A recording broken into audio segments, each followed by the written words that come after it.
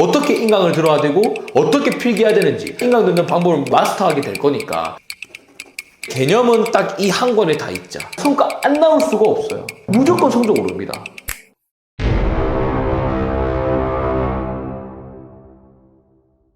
그 인강쌤의 강의를 현장에서 들을 수 있다고 하더라도 나는 인강을 들어. 고등학교 1학년 때 거의 한 4, 5등급, 6등급 막 이렇게 받다가 한 1년 딱 하고 1, 2등급에서 안 떨어졌거든. 근데 그렇게 할 수 있었던 이유 중에 가장 큰 게 나는 인강이야. 대치동에 정말 뛰어난 1타 강사 선생님들 인강을 정말 무료로 우리가 지방에서 들을 수도 있잖아. 인강의 최고 장점은 나는 뭐라고 생각하냐면 스탑과 되돌리기야. 학원 같은 거나 다닐 때 중간 나도 모르게 멍 때려가지고 놓칠 때 있어 없어? 있어요. 있잖아. 있을 수밖에 없단 말이야. 뭐 수학 같은 경우에서는 중요한 포인트를 놓치면은 연쇄적으로 수학은 개념이 이어지기 때문에 한번 놓치면은 계속 놓친단 말이야. 근데 인강에서는 내가 놓쳤네라고 자각을 하기만 한다면은 인강에서는 스톱하고 필기하면 되잖아. 나는 그래서 현강이 있더라도 어차피 그 현강 영상 찍어서 올린 게 인강이니까 나는 인강으로 들어. 전교 4등으로 졸업했거든. 공부를 학원 다니기보다는 다 혼자서 인강 듣고 했어. 구독, 좋아요, 알림 설정 부탁드릴게요. 인강을 듣는데 성과가 안 나거나 인강을 듣는데 저는 안 맞아요 라고 얘기하는 애들의 특징이 뭐가 있을까? 집중력이 낮다? 맞아. 인강쌤은 일탈을 했어 안 했어? 지역의 학원 강사님이랑 한강을 찍기 위해서 조교 7명 이상하고 미친듯이 연구 개발해서 인강을 찍는 사람이랑 강의 퀄리티가 뭐가 좋을까? 인강일 수밖에 없다는 거야. 그 아이가 안 맞았다는 거는 온라인이어서 열심히 안 들었을 뿐이야. 게으르게 했거나 그런 경우 말고는 없어. 왠 줄 알아? 내가 이걸 입증할 수 있는 가장 큰 이유는 지금 내가 알려주는 거를 훈련하게 되면은 인강을 똑바로 들을 수밖에 없거든. 그렇게 똑바로 들은 아이들 중에서 인강이 안 맞아서 학원을 그만둔 애는 한 명도 없어. 고등학교 때는 상대평가기 때문에 내가 공부를 해도 얘가 계속 달려버리면은 격차가 좁혀지지가 않아. 내가 조금 더 빨리 가야지 역전이 되는 거야. 그 비결은 나는 이 인강 듣는 방법이라고 생각해. 이 한강 그 자체 듣는 시간은 내가 더 오래 걸렸어. 나한테 역전 당한 친구보다. 나는 한 번 할 때 제대로 했고 이 아이는 구멍이 송송송송 뚫린 상태로 하니까 이거 한 번 하고 난 다음에 구멍 찾는 게 더 어렵거든. 점점 시간이 가면 갈수록 이 공부 방법 때문에 역전할 수 있었던 것 같아. 인강만 한 다이렉트로 12시간 들은 적도 있던 것 같아. 영상 보시는 분들도 에이 저렇게까지 하면 안 된다. 그러니까 5등급에서 1등급 갔던 겁니다. 진짜 할 수 있어요. 내 학생들 다 올렸어요. 이렇게 한 명 빼고. 인강 듣는 방법. 일단은 전제 3가지가 있어.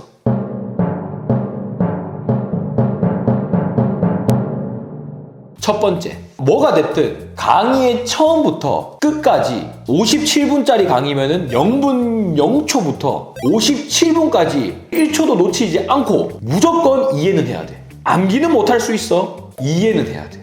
두 번째로는 인강에서는 대표적으로 2가지가 있어. 첫 번째는 화면이 있어.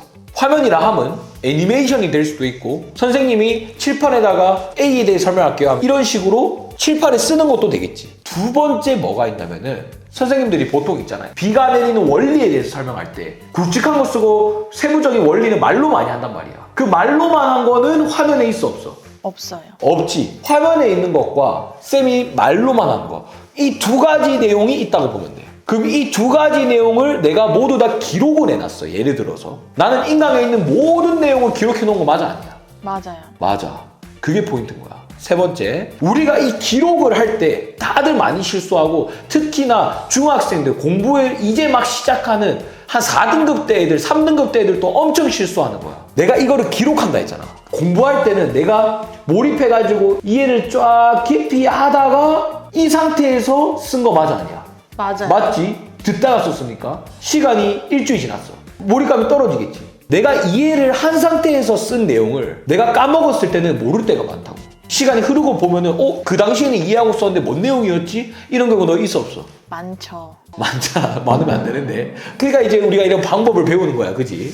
전제 3번째는 뭐냐? 내가 모든 내용을 다 기록을 하는데 이 기록된 내용을 나중에 까먹었을 나, 우리는 이거를 제3자라고 표현할 거야. 앞으로 까먹었을 때 나, 제3자가 알아볼 수 있게 써야 된다는 거야.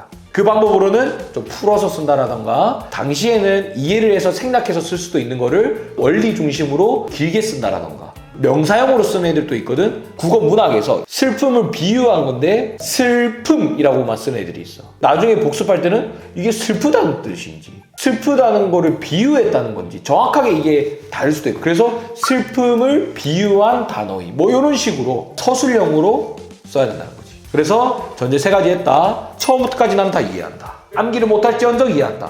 인강에서는 화면, 쌤 말 두 가지가 있는데 나한테 다 기록할 것이다. 근데 이거를 기록할 때 제3자, 미래에 까먹었을 내가 다시 되돌아봤을 때도 이해될 정도로 필기할 것이다. 이게 전제 세 가지야. 그럼 전제 3번처럼 하면 인강을 다시 돌려볼 필요가 거의 없겠네요. 당연하지. 그게 포인트야. 우리가 필기를 다 기록을 안 해놓으면은 이 내용 뭐였지? 원리 기억 안 나네. 그 원리 같은 경우에는 화면에 없다 보니까 쌤 말로만 한 걸 듣기 위해서 다시 들을 수도 있고, 또 내가 이해를 한 번은 안 하고 넘어가면은 그건 최악이고 그냥 외웠다는 거니까. 그래서 이 전제 세 가지만 지켜도 사실은 내가 다 이해했어 한 번. 그걸 다 기록했어. 알아볼 수 있을 정도로 필기까지 해놨어. 두 번 다시 인강을 안 돌아봐도 되고 그 인강은 갖다 버려도 되겠지. 이게 그래서 인강 듣는 방법에서 내가 가장 중요한 전제 세 가지라고 보면 돼.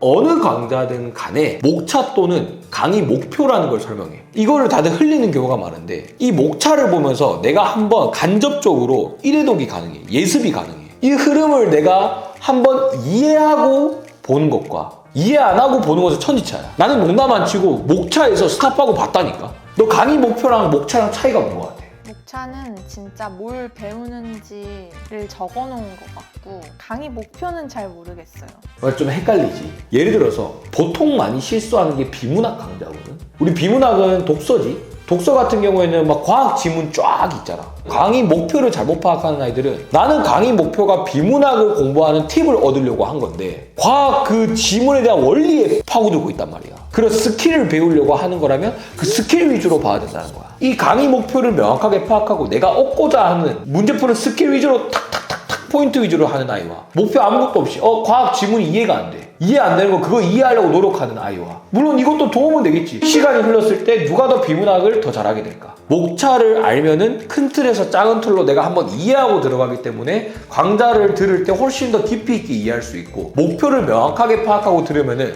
강좌를 들을 때 내가 어떤 포인트를 짚으면서 해야 될지 포인트가 방향성을 잡고 가기 때문에 효율적으로 들을 수 있겠지. 구독, 좋아요, 알림 설정 부탁드릴게요. 인강을 듣다 보면은 이해가 안 될 때가 있어 없어? 있어요. 그때 무조건 어떻게 해야 된다? 스탑 하고 되돌리기. 애들을 많이 가르쳐 봤잖아. 최소 5번은 이해 안 되는 것처럼 다시 들어봐야 돼. 내가 5번 봐도 이해가 안 됐다. 파란 색깔로 물결 밑줄을 끊는 거야. 왜 물결 밑줄일까? 놓칠까봐 불안해하는 그런 게 있었거든. 그렇기 때문에 눈에 띄려고 물결 해놨어. 물결만 끄었어. 어떤 문제가 일어나는 줄 알아? 질문하러 쌤한테 갔어. 뭐 물을라 했는지 기억이 안 나. 그러니까 어떻게 해야 되느냐? 파란 색깔로 물결 밑줄 꺼놓고 나는 이걸 고리로 직각으로 이렇게 고리를 뺄 거야. 파란 색깔로 질문을 적는 거지. 근데 이 질문을 적을 때는 진짜 내가 쌤한테 묻는다 생각하고 그 워딩 그대로 적으면 돼. 어설프게 모르는 것도 적으려고 할 필요 없어. 괜히 머리 아파. 그냥 질문할 거 그대로 적어. 그대로 그냥 물어보게끔. 미래에 까먹었을라 제3자가 알아볼 수 있게 적어야 될까 안 적어야 될까? 전제 3번. 그러니까 이 전제가 되게 중요해.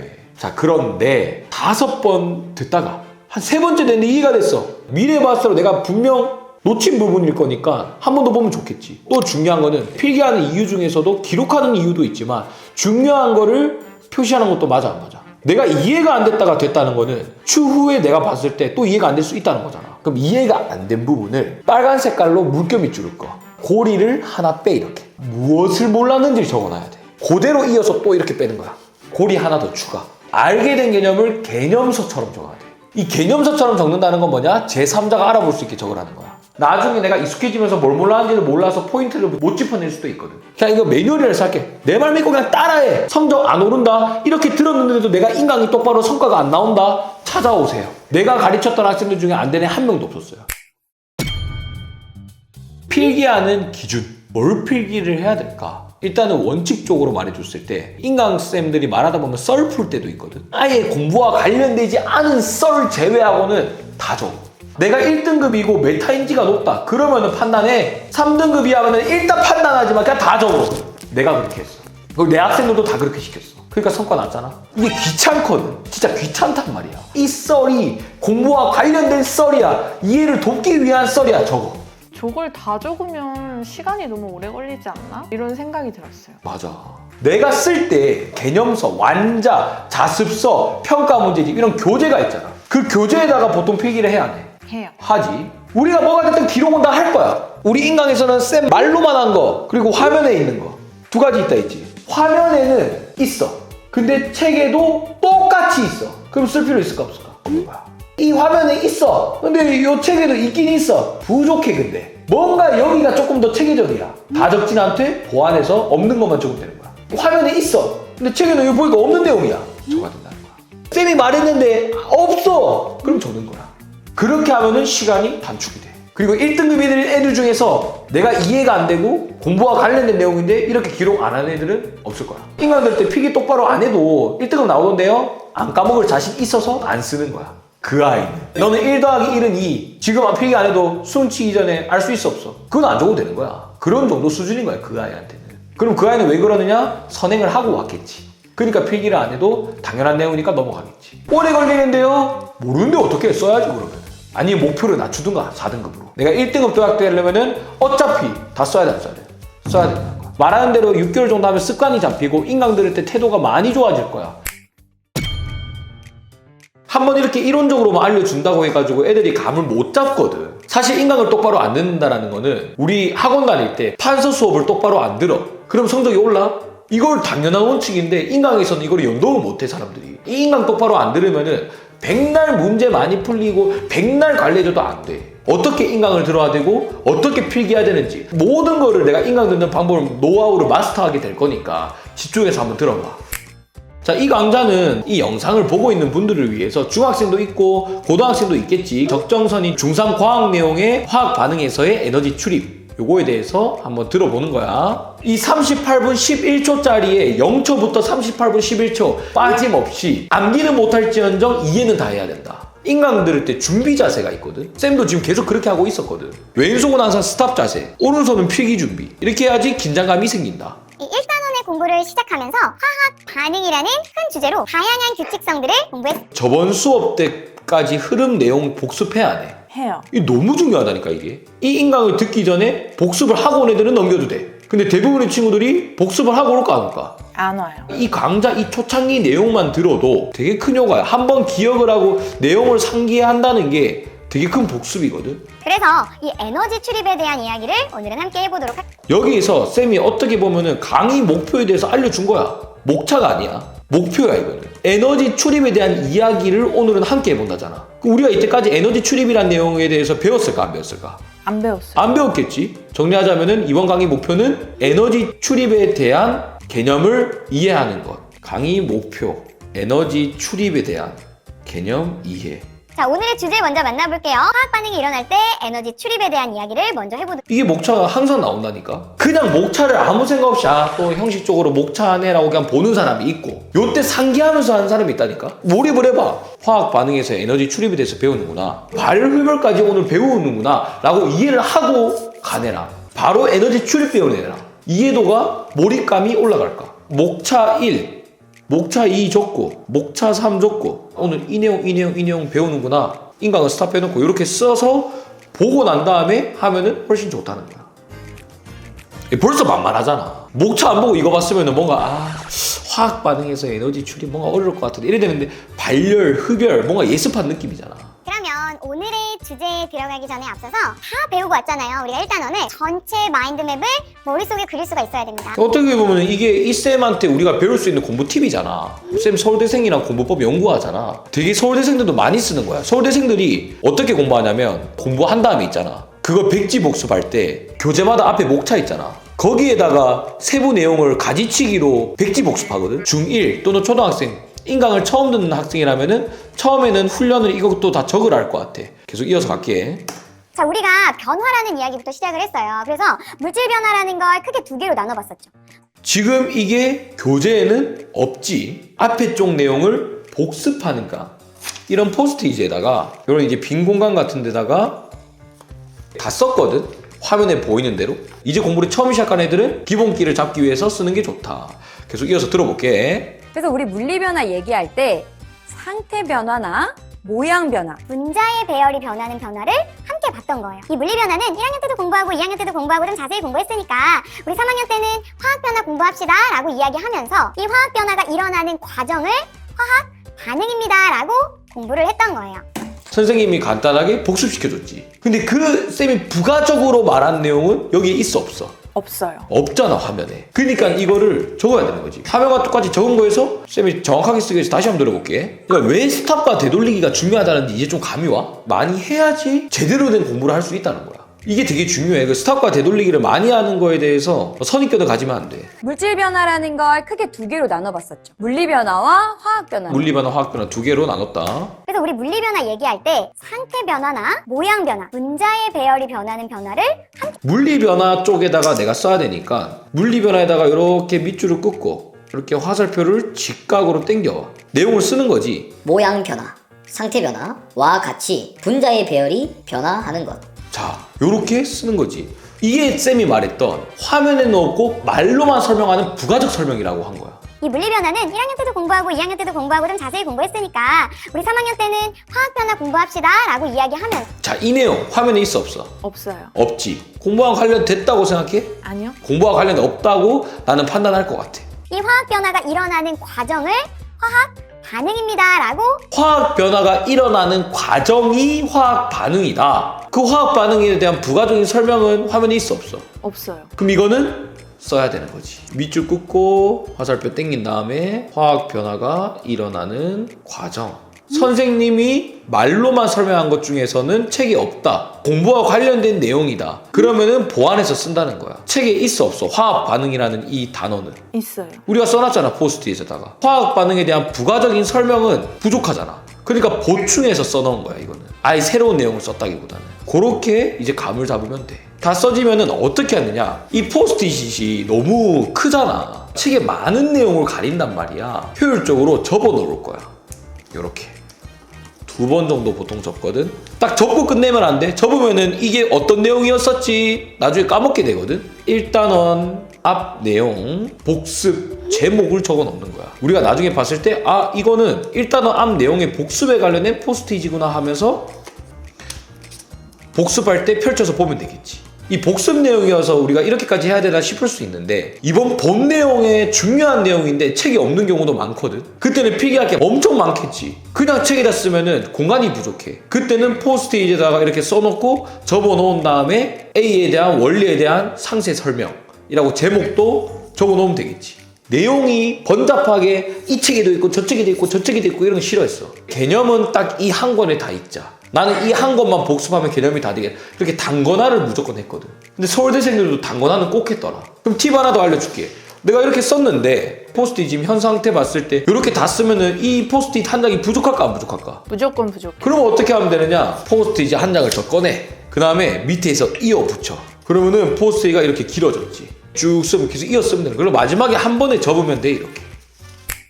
새로운 배열에 의해서 그냥 분자가 만들어지면 그걸로 그냥 끝나는 줄 알았더니 에너지의 출입도 동시에 같이 발생을 하게 된대요. 화학 반응이 일어날 때 원자들 간의 배열이 그냥 바뀌는 건 줄 알았는데 바뀌면서 에너지 출입이 된다는 거잖아. 지금 근데 이 내용이 화학 반응이 일어날 때 에너지 변화 이쪽이잖아. 아까 쌤이 말한 것처럼 내용이 있긴 있어. 에너지를 방출하거나 흡수하거나 맞잖아. 이 쌤이 부가 설명한까지 내용이 있어 없어? 없어요. 없잖아. 그럼 이걸 이제 필기를 해야 되는 거야. 에너지를 방출하거나 흡수하는데 여기 있지. 괄호 딱 해놓고 내가 어디다가 필기를 하는 건지 딱 표시를 하고 해야 돼. 어느 영역에 대한 부가 설명인지 밑줄을 딱 그어놓고 해야지 아 이까지의 내용의 설명이구나라고 딱 구분이 되거든. 바로 화살표 시작하면 안 된단 말이야. 이것처럼 괄호를 표시하고 화살표를 당겨.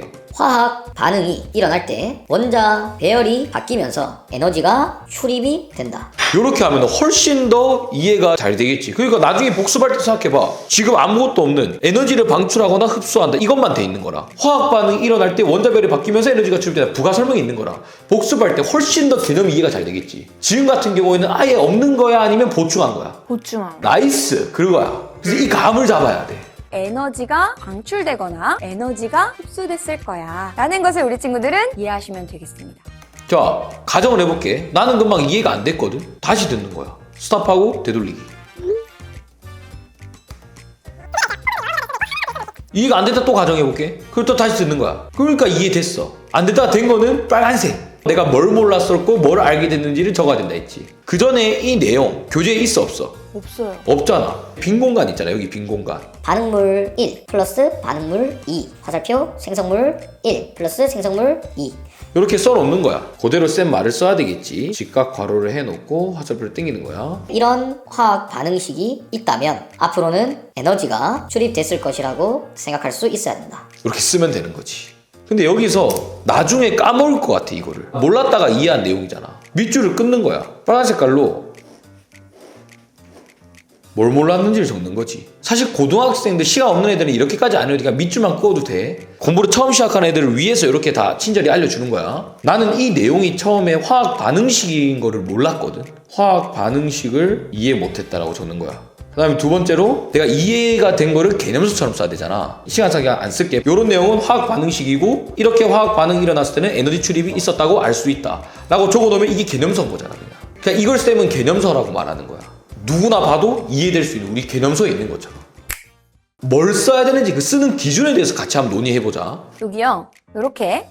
자, 일단 이거 화면에 있지. 근데 이거 책에 있어 없어? 책이 없어요. 자, 그럼 또 쓸 준비 바로 하는 거야. 근데 공간이 지금 없으니까 바로 포스트잇 꺼낼게. 그래서 포스트잇을 바로 붙이지 말고 일단 딴 데다가 썼다가 붙이면 돼. 일단 먼저 이해를 해. 쓰지 말고. 이해를 하는 거야. 에너지를 방출하는 반응이다. 반응이 일어날 때 에너지를 방출함으로 주변의 온도가 높아진다. 그리고 오른쪽에 사진 봐봐. 비슷한 사진이 있어 없어요, 이거랑? 있어요. 화살표 된 거에다가 동그라미 그어서 에너지가 방출되며 주변의 온도가 높아짐. 나중에 복습했을 때 이 사진하고 이 글하고 이해가 잘 되겠지. 연동이 돼가지고. 이 표시할 때도 그냥 막 표시하면 안 돼. 에너지가 방출되며 주변 온도가 높아진다 하면은 이 설명 들은 것처럼 이해가 잘 되겠지. 자꾸 스탑하면서 해가지고 좀 오래 걸렸는데 원래 하면 이 정도까지 오래는 안 걸려. 들으면서 필기하는 거 아주 안 좋은 습관이야. 스탑하고 필기하는 거. 그래서 이런 식으로 하면 돼. 쌤이 한번 혼자서 하는 모습을 쭉 보여주고 이제 마무리할게. 에너지가 흡수하냐 방출하냐에 따라서 주변의 온도가 달라지는구나.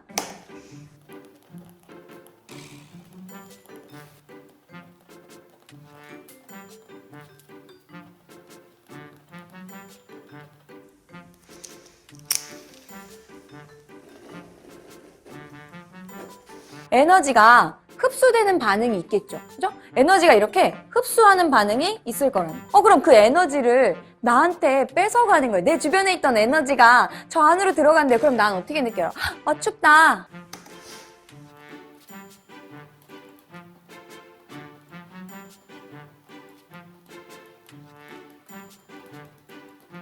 한마디로 요약하면 화학 반응이 일어날 때 에너지가 출입하게 되는데 그것 때문에 주변의 온도는 달라질 거야.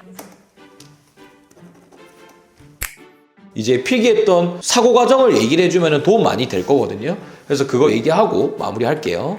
에너지가 방출되게 되면 그 반응이 일어나는 주변의 온도는 올라갈 거라. 에너지가 흡수하냐 방출하냐에 따라서 주변의 온도가 달라지는구나. 이거는 정리하는 내용이잖아요. 별표를 치면서 필기를 한 겁니다. 빈 공간에 영안 지을 데가 없으니까요. 에너지가 흡수되는 반응이 있겠죠. 이때 바로 책을 보면서 흡열 반응 쪽을 찾아야 되겠죠. 에너지가 이렇게 흡수하는 반응이 있을 거라는. 나한테 뺏어가는 거예요. 내 주변에 있던 에너지가 저 안으로 들어간대. 그럼 난 어떻게 느껴요? 춥다. 이렇게 비커에 이제 흡수되는 그런 사진이 있으니까 흡수되는 이 화살표에다가 땡겨가지고 에너지를 흡수하면서, 저는 근데 흡수보다는 뺏어간다는 단어 표현이 되게 와닿았거든요. 그래서 뺏어감을 부가적으로 써놨고요.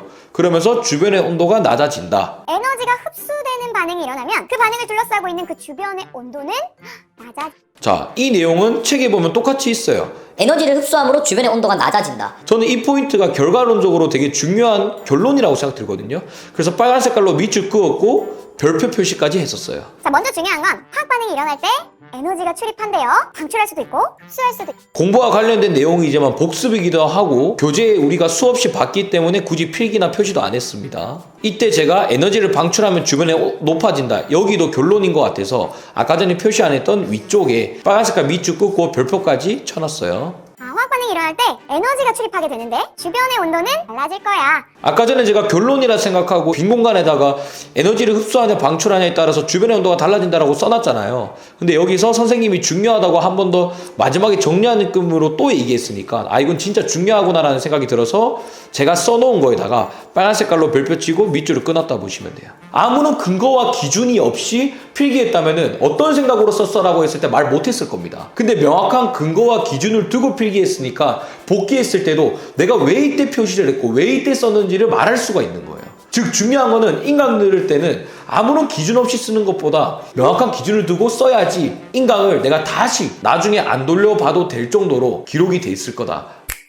내가 인강을 들을 때 아무런 기준도 없이 인강을 듣게 되면은 인강을 다 듣고 났지만 어쩔 땐 필기하고 어쩔 땐 필기 안 하니까 구멍이 생기기 마련이야. 근데 이렇게 필기하는 기준이 명확하게 있으면 누락 없이 필기하게 되면서 꼼꼼하게 공부를 할 수 있게 되는 거지. 처음에 이렇게 훈련하면은 이렇게까지 해야 되나 이렇게까지 깊이 해야 되나 너무 오래 걸리는데 근데 이것만 기억해. 1등급 받는 애들 중에서 이렇게 깊이 있게 이해 안 하면서 넘어가는 애들 없을 거야. 바로 인강 듣자마자 A라는 애는 그냥 들었어. B라는 애는 금방 쌤처럼 들었어. 시간은 A가 빨리 끝나겠지. 바로 인강 듣고 나서 직후에 테스트 하잖아? 크게 차이는 없을 거야. 한 달이 지났다 생각해봐. 그러면 이 아이는 계속 인강을 돌려봐야 돼.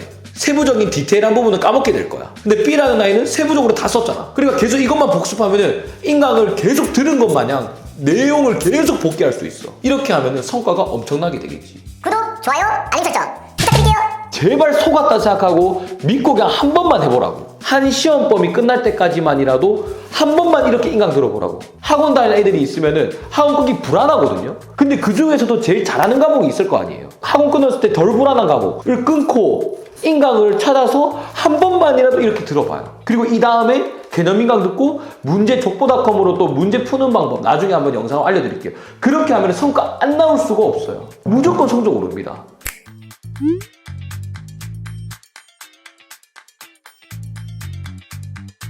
혹시 영상이 도움되셨다면 주변에 많은 홍보 부탁드리겠습니다.